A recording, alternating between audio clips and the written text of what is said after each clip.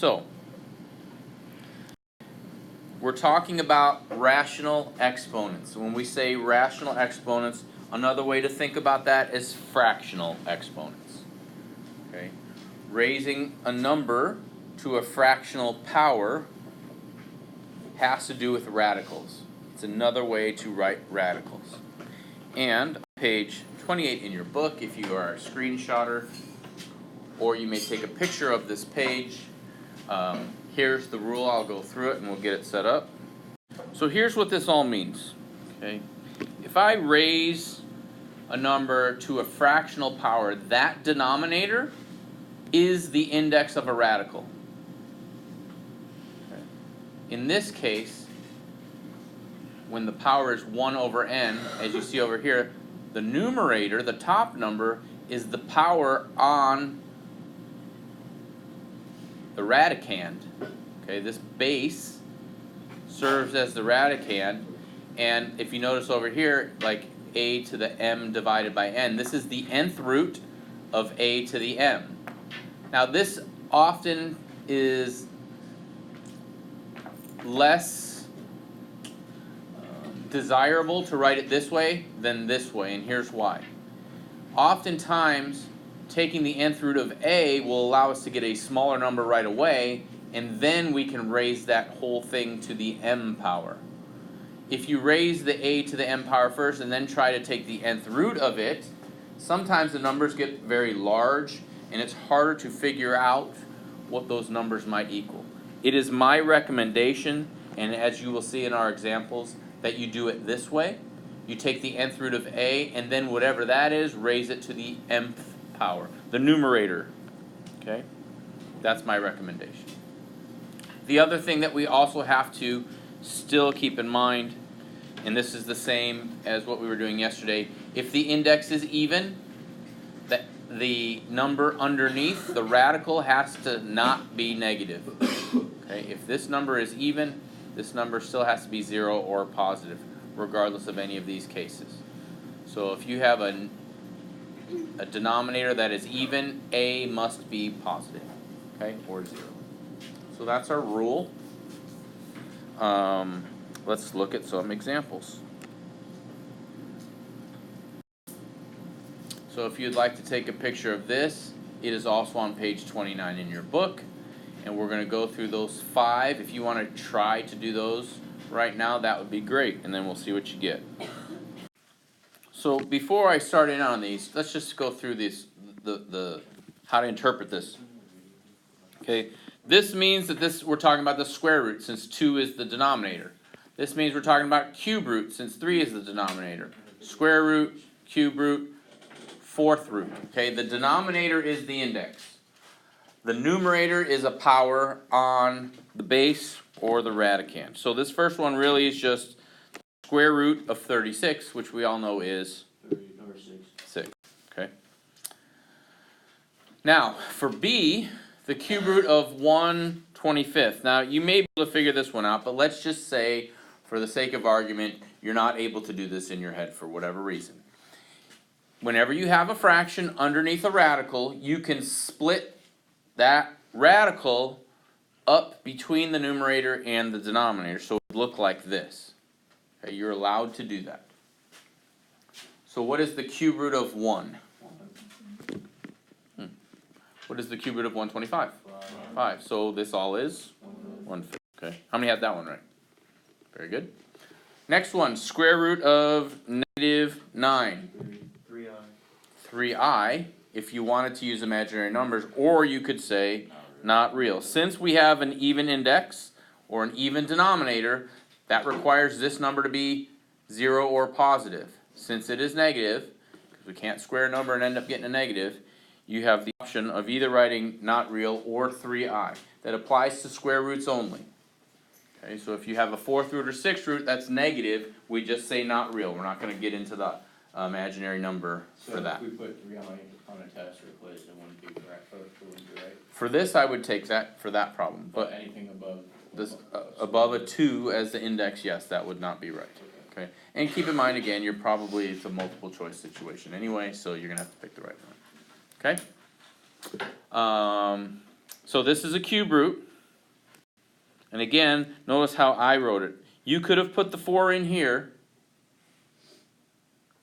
and you would still got the same answer, but most of the time this makes our numbers easier to deal with. What is the cube root of negative 1? Negative 1.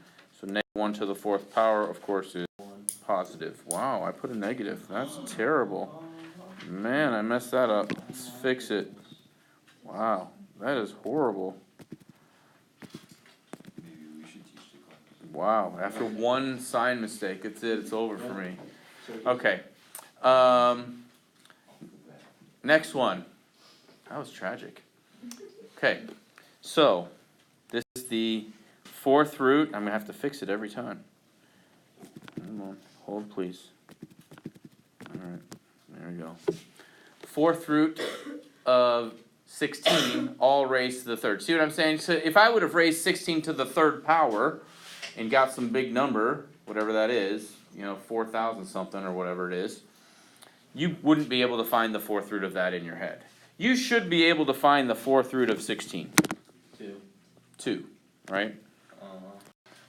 And now, I'm just going to have to keep doing this. 2 to the 3rd, we can also do in our head, which is what? 8. Okay. There, fixed. Why Okay. do you have to keep doing it over and over again? Because as I create it's a these, slide. I'm adding things to actually a different slide. As I add a new thing to the slide, it's actually a new slide. Bless you. On this program, okay? All right. Questions on any of those? All right, let's make it harder. Yay. Page 30, okay? Now we got a bunch of variables. We got a bunch of variables raised to rational exponents. And we have to apply all the power rules that we already know to these problems. So when you're multiplying exponents that have the same base, we add the powers. When you're dividing exponents that have the same base, you're subtracting the powers. Power to a power, you're going to multiply. All of that kind of situation, okay? So give those 3 a shot. So for part A, okay, remember that a fraction bar is a grouping symbol. So you should take care of the top first and simplify this. So since I have c to the 3/4 times c to the 7/4, what do I do with the powers? Add them, okay? Now I'm going to add them and not simplify because I see that I have another power of 1/4 on the bottom. So eventually once I do that, I'm going to have to subtract, and when you subtract or add fractions, you need a common denominator. So my first move, I have c to the 10/4, because 3/4 plus 7/4. So now that I've simplified everything that I can, I'm going to subtract the powers. So what is 10/4 minus 1/4? 9/4. So that is my final answer, c to the 9/4. Raise your hand if you had that. Okay, very good. All right, B is tough. There's a lot going on. Here's the first thing that you should look for. Can I simplify anything inside the parentheses? Since I have an A on the top and a B on the bottom, I can't bring those together. And the same thing is true over here. So, and one of the things where some of you had some issues on the quiz is raising everything to the given power. Okay? So my first step, I'm going to show you with all the work. 4 has to get raised to the 3rd power. A to the 2/3 has to get raised to the 3rd power. B to the 1/6 has to get raised to the 3rd power. Same thing over here, but with a 2.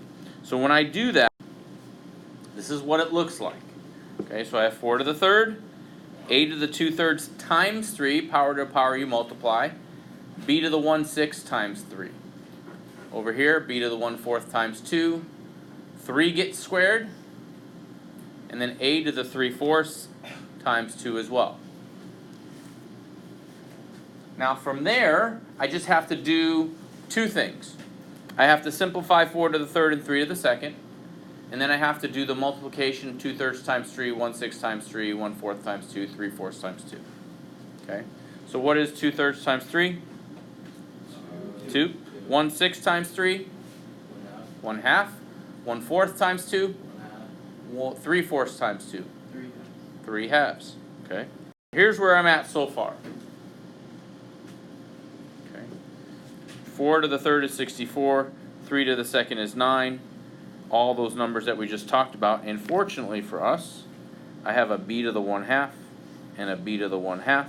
Top and bottom, they can cancel. It's on my screen, why it's not up on yours? It doesn't matter, we know. There it goes. Okay. So now what I'm going to do is bring the numerator and the denominator together. And now I can simplify. There's not a common factor between 64 and 9, so I can't reduce those. But whenever I divide, and I have the same base, what do I do with the powers? So what is 2 minus 3/2? 1/2. So my final answer, 64, a to the 1/2 over 9. Okay. Again, my problem started off with rational exponents. My answer ends up with rational exponents. Those of you who are converting any of these to radicals, we're making it a lot harder on yourself. All you really need to do is follow the power rules. All right, last one. Negative powers. Okay. So my first move, since this whole thing is raised to a negative power, I have to make it a positive power before I can do anything. Okay. So all that has to happen is this has to move down. The whole thing has to move down, and then it's to the 2/3. Okay? Alright, so once it moves below the fraction bar, then the power becomes positive, and now I can deal with the negative 125 to the 2/3. Remember, the 3 means cube root. So my 7 will look like this. The cube root of negative 125 all raised to the second. That's all under 1. So what is the cube root of negative 125? Negative 5. Then I'm going to square that, and I'm going to get 25. So it's 1 over 25 is my final answer. How many of you had that one?